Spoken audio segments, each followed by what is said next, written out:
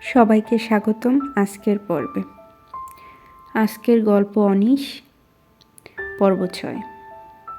এসএসসিতে আমার এত ভালো রেজাল্ট হবে আমি কল্পনাও করিনি। আমাদের ক্লাসের অন্য সব মেয়ের প্রাইভেট টিউটর ছিল, আমার ছিল না। মার পছন্দ নয়। মার ধারণা অল্প বয়স্ক প্রাইভেট মাস্টাররা ছাত্রীর সাথে প্রেম করার চেষ্টা করে। বয়স্করা নানান কৌশলে গায়ে হাত দেওয়ার চেষ্টা করে। কাজেই যা পড়লাম নিজেই পড়লাম। রেজাল্ট হবার পর বিস্ময়ে হকচকিয়ে গেলাম। কি আশ্চর্য কাণ্ড! ছেলে মেয়ে সবার মধ্যে 5th। 5টা বিষয়ে লেটার। আমি বললাম, তুমি কি খুশি হয়েছ মা? মা যন্ত্রের মতো বললেন, খুব খুশি না অল্প খুশি? খুব খুশি। আমাদের সঙ্গে যে মেয়েটা 4th হয়েছে সে শান্তিনিকেতনে পড়তে যাচ্ছে।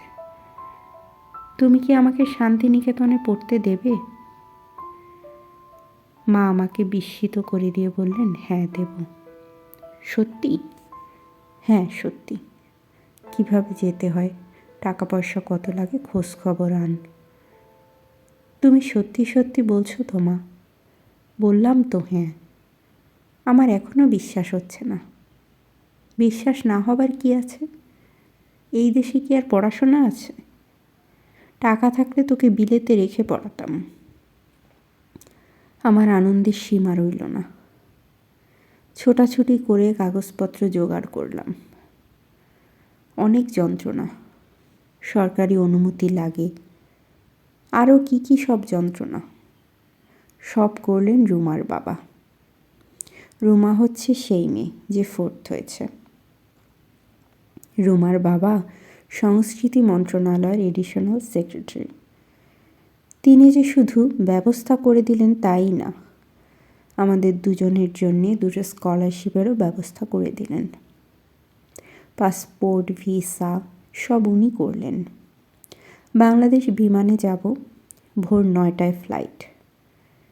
উত্তেজনায় আমি রাতে ঘুমোতে পারলাম না। মা আমাকে জড়িয়ে ধরে সারা রাতই ফুঁপিয়ে ফুঁপিয়ে কাঁদলেন। খানিকক্ষণ কাঁদেন, তারপর বলেন, ও বুড়ি, তুই কি পারবি আমাকে ছেড়ে থাকতে? কষ্ট হবে, তবে পারবো।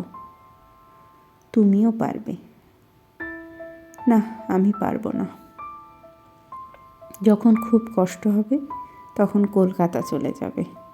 কলকাতা থেকে শান্তিনিকেতন 1.5 ঘন্টা লাগে ট্রেনে। শান্তিনিকেতনে অতিথি ভবন আছে, সেখানে উঠবে। আমার যখন খারাপ লাগবে আমিও তাই করব। হুট করে ঢাকায় চলে আসব। তুই বদলে যাচ্ছিস। আমি আগের মতোই আছি মা, সারা জীবন এইরকমই থাকব। না, তুই বদলাবি। তুই ভয়ঙ্কর রকম বদলে যাবি, আমি বুঝতে পারছি। তোমার যদি বেশি রকম খারাপ লাগে তাহলে আমি শান্তিনিকেতনে যাবার আইডিয়া বাদ দেব। বাদ দিতে হবে না। তোর এত শখ, তুই যা। মা শোনো, যাবার পর যদি দেখি খুব খারাপ লাগছে তাহলে চলে আসব। খুব ভোরে আমার ঘুম ভাঙল। দেখি মা বিছানায় নেই। দরজা খুলতে গিয়ে দেখি বাইরে থেকে তালা বন্ধ। আমি আগেরবারের মতো হইচই চেঁচামেচি করলাম না, কাঁদলাম না, চুপ করে রইলাম। তালা বন্ধ রইলাম সন্ধ্যা পর্যন্ত।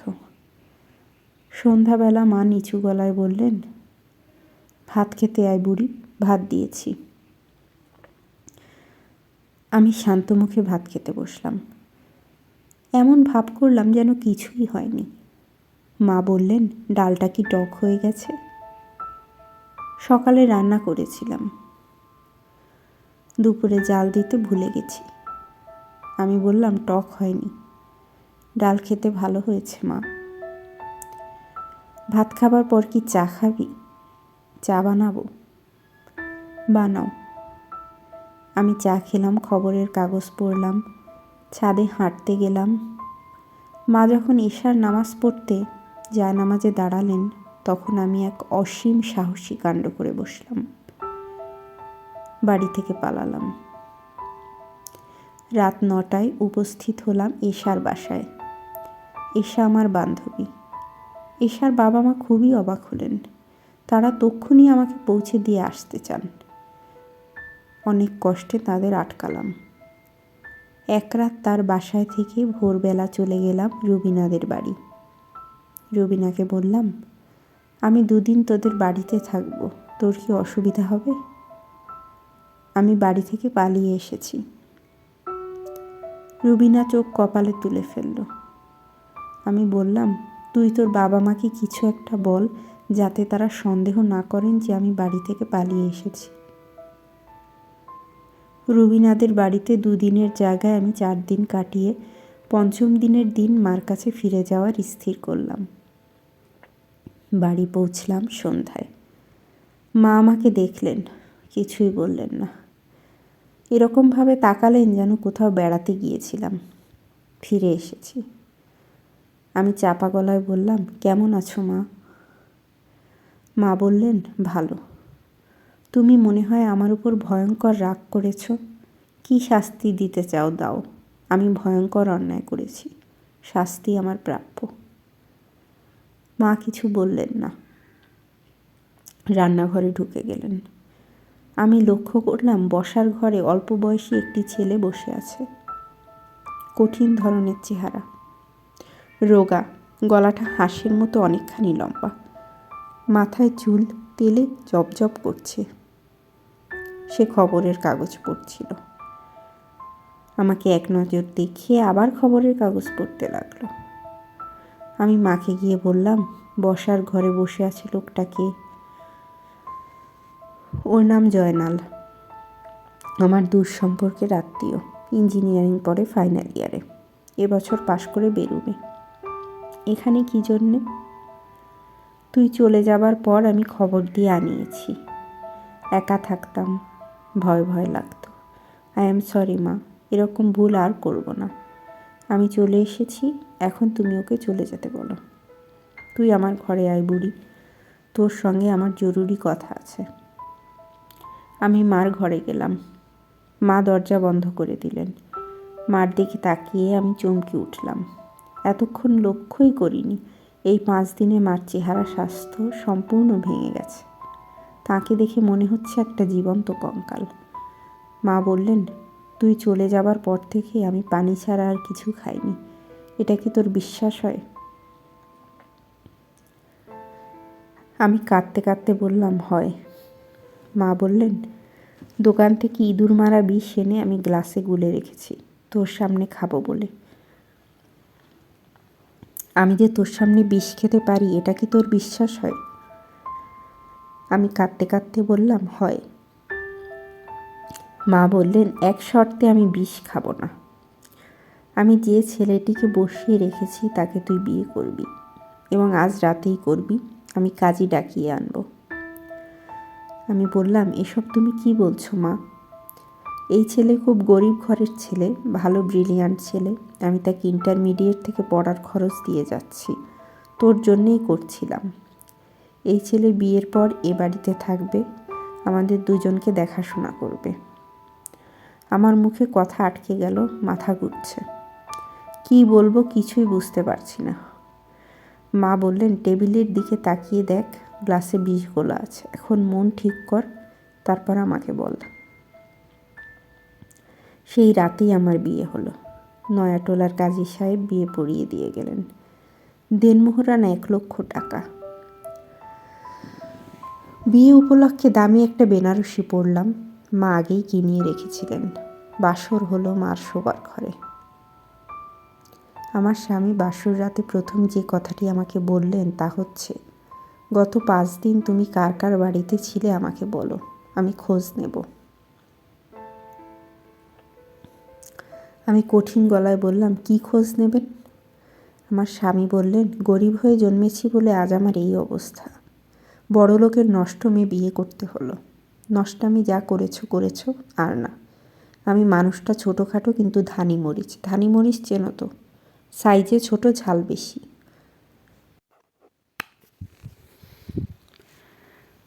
আমার ধারণা শরীর থেকেই ভালোবাসার জন্ম হতে পারে। আমি আমার স্বামীকে ভালোবাসলাম। আমার ধারণা এই ভালোবাসার উৎস শরীর। মানুষের মন যেমন বিচিত্র, তার শরীরও তেমনি। আমি এবং আমার মা, আমরা দুজনই ছিলাম নিঃসঙ্গ। তৃতীয় ব্যক্তি এসে আমাদের এই নিঃসঙ্গতা দূর করল। বাড়ির একতলাটা মা আমাদের দুজনকে ছেড়ে দিলেন। মার সঙ্গে থেকেও তার কাছ থেকে আলাদা থাকার স্বাদ খানিকটা হলেও পাওয়া গেল। আমরা এসে খাবার খেতাম। তখন আমার স্বামী মজার মজার কথা বলে আমাদের খুব হাসাতেন। আমার মাকে তিনি বেশ পছন্দ করতেন। আমরা হয়তো খেতে বসলাম, তিনি আমার মার দিকে তাকিয়ে বললেন, আম্মা, আপনাকে এমন মনমরা লাগছে কেন? তাহলে শোনেন একটা মজার গল্প, মন ভালো করে দেবে। আমাদের দেশের বাড়িতে সর্দারগঞ্জ বাজারে এক দর্জি থাকতো। এক ঈদে সে 3টা হাতা দিয়ে এক পাঞ্জাবি বানালো। গল্প এই পর্যন্ত শুনেই মা হাসতে হাসতে ভেঙে পড়লেন।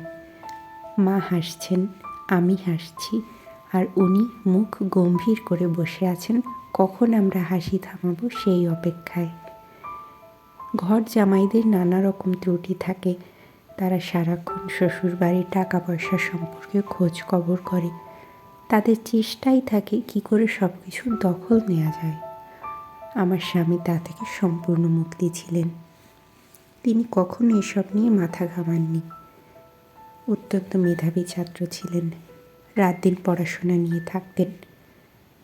অবসর সময়টা মাকে গল্প শোনাতে পছন্দ করতেন। আমাকে গল্প শোনানোর ব্যাপারে তিনি তেমন একটা আগ্রহ বোধ করতেন না। আমার শরীর তিনি যতটা পছন্দ করতেন, আমাকে ততটা করতেন না। বিয়ের 2 মাস যেতেই আমার ধারণা হলো সম্ভবত আমি কনসেপ্ট করেছি। পুরোপুরি নিশ্চিত হতে পারছি না। একই সঙ্গে ভয় এবং আনন্দে আমি অভিভূত। এক রাতে স্বামীকে বললাম। তিনি সরু চোখে দীর্ঘ সময় আমার দিকে তাকিয়ে বললেন, পেটে বাচ্চা? আমি চুপ করে রইলাম।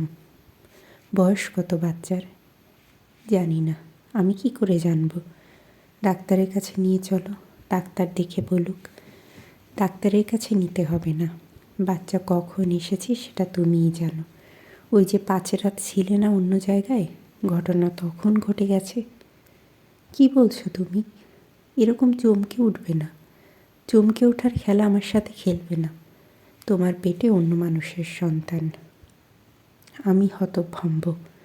আমার স্বামী কুৎসিততম কথা কটি বলে বাতি নিভিয়ে শুতে এলেন এবং অন্য সব রাতের মতোই শারীরিকভাবে আমাকে গ্রহণ করলেন।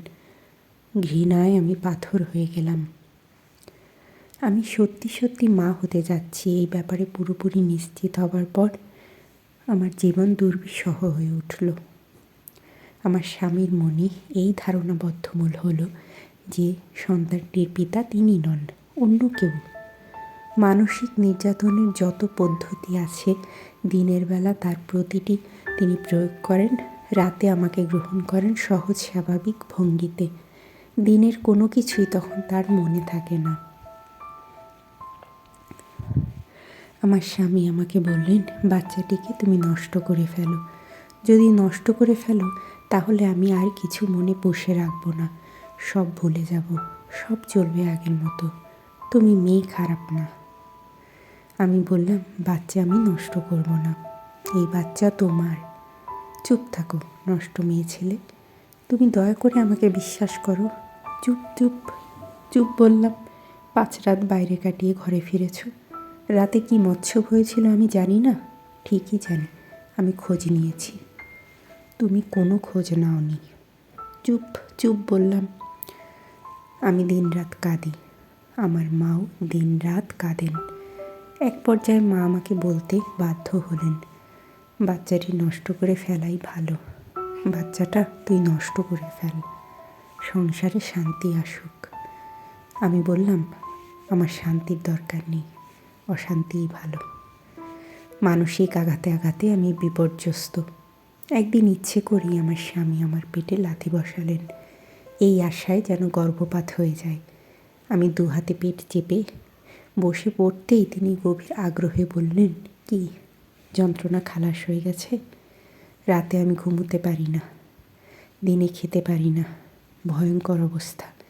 আমার পেটের বাচ্চাটির বৃদ্ধিও ব্যাহত হচ্ছে। ডাক্তার প্রতিবারই পরীক্ষা করে বলেন, বেবির গ্রোথটাও ঠিক মতো হচ্ছে না, সমস্যা কি? আরও ভালো মতো খাওয়া দাওয়া করবেন, প্রচুর বিশ্রাম করবেন, দৈনিক 2 গ্লাস করে দুধ খাবেন। আন্ডারওয়েট বেবি হলে সমস্যা। এই দেশে বেশিরভাগ শিশু মৃত্যু হয় আন্ডারওয়েটের জন্য। আমার সন্তানের যখন 6 মাস, তখন ভয়াবহ বিপর্যয় ঘটল। আমার স্বামী এক সকালে চায়ের টেবিলে শান্ত মুখে ঘোষণা করলেন, আমি আজ এই বাড়ি ছেড়ে চলে যাচ্ছি।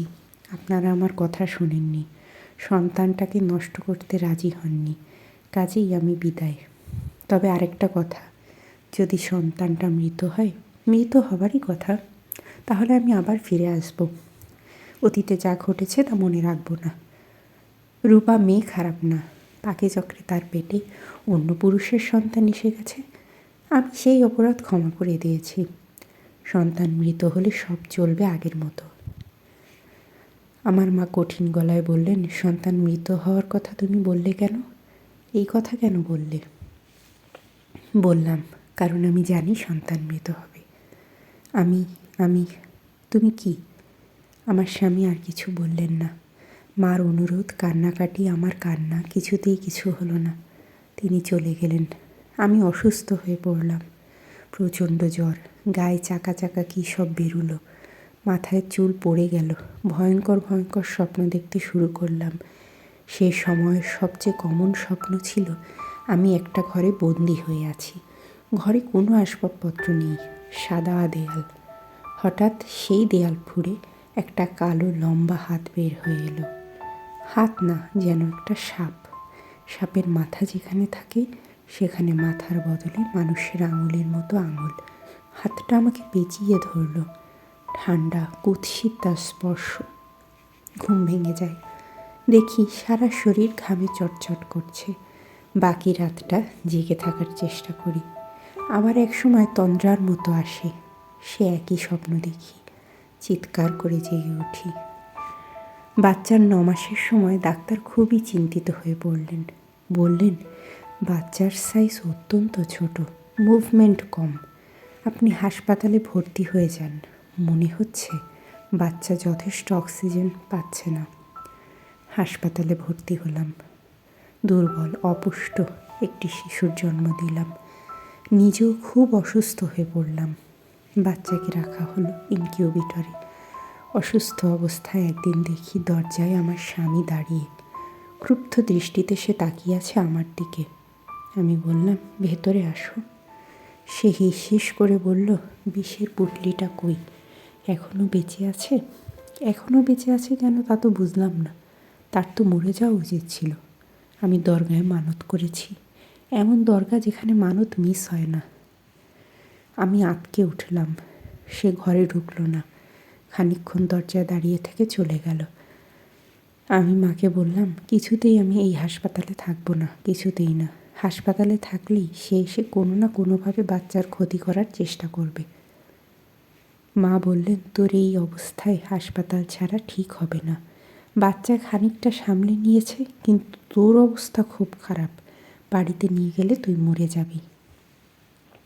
মরে গেলেও আমি বাড়িতেই যাব, এখানে থাকবো না। ডাক্তার তোকে ছাড়বে না। ডাক্তারকে তুমি ডেকে আনো মা, আমি তার পা জড়িয়ে ধরব। ডাক্তার আমাকে ছাড়লেন। বাচ্চা নিয়ে আমি বাসায় চলে এলাম। দারোয়ানকে বলে দিলাম, দিন রাত যেন গেট বন্ধ থাকে, কাউকেই যেন ঢুকতে দেয়া না হয়, কাউকেই না। আমার শরীর খুবই খারাপ হলো। এক রাতের কথা, ঘুমোচ্ছি। মা ঘরে ঢুকে বললেন, বাচ্চাটা যেন কেমন করছে। আমার বুক ধড়াস করে উঠল। আমি ক্ষীণস্বরে বললাম, কেমন করছে মানে কি মা? মনে হচ্ছে শ্বাসকষ্ট হচ্ছে। তুমি বসে আছো কেন? তাকে হাসপাতালে নিয়ে যাও। অ্যাম্বুলেন্স খবর দিয়েছি, অ্যাম্বুলেন্স আসতে দেরি করবে। তুমি বেবি ট্যাক্সি করে যাও।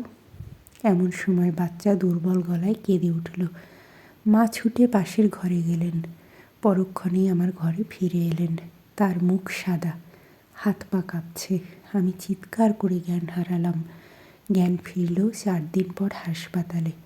আমি বললাম, আমার বাচ্চা, আমার বাচ্চা। মা পাথরের মতো মুখ করে রইলেন। আমি আবার জ্ঞান হারালাম। আমার বাচ্চার কবর হলো আমাদের বাড়ির পেছনে, আম গাছের নিচে। ছোট্ট একটা কবর ছাড়া বাড়িতে কোনো রকম পরিবর্তন হলো না। সব কিছু চলতে লাগলো আগের মতো।